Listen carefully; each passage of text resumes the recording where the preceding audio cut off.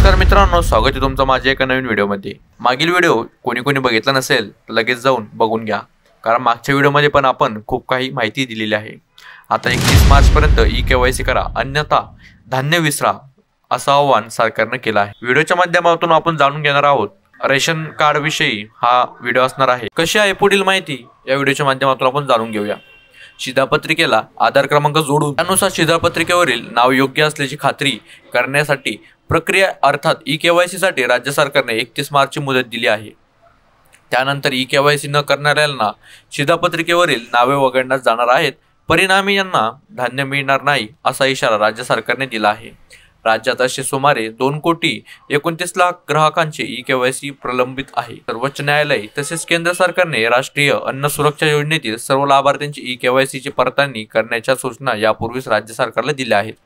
त्यानुसार राज्यातील सर्व रास्त भाव दुकानावर ई-केवायसीची मोहीम हाती घेऊन ही कारवाई तातडीने पूर्ण करण्याची सूचना सर्व क्षेत्रीय कार्यालयांना दिली आहे। ही प्रलंबिता मोठी असल्याची यापूर्वी अनेकदा मुदतवाढ दिली होती। आता 31 मार्च ही अंतिम मुदत आहे। त्यानुसार राज्य सरकारने या संदर्भात कारवाई करण्यासाठी सर्व जिल्हा पुरवठा अधिकारी आणि अन्य धान्य वितरण अधिकाऱ्यांना प्रत्येक आठवड्याला प्रलंबित ई-केवायसी पूर्ण करायचे निर्देश दिले आहेत। तातडीने कारवाई करा। राज्यात सध्या 22 फेब्रुवारीच्या अहवालानुसार 2,29,02,568 ग्राहकांचे ई-केवायसीचे प्रलंबित आहे।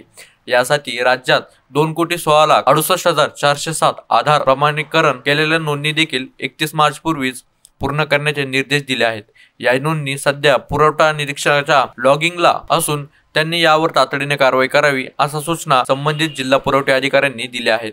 ई-केवायसीची 31 मार्च पूर्वी पूर्ण करावे, अन्यथा शिधापत्रिका बंद होण्याची शक्यता नाकारता येत नाही।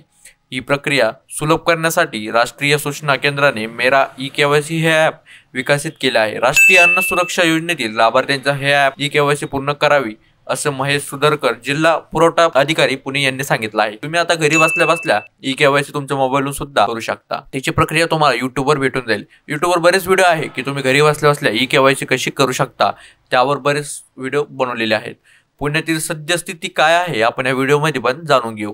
पुणे जिल्ह्यात 5 मार्च अखेर 8,51,769 ग्राहकांची ई-केवायसी प्रलंबित आहे, तर 8,04,60 ग्राहकांचे आधार परिपूर्ण प्रमाणीकरण पूर्ण होऊन पुरवठा निरीक्षणाच्या लॉगिंगला नोंदणी प्रलंबित आहेत।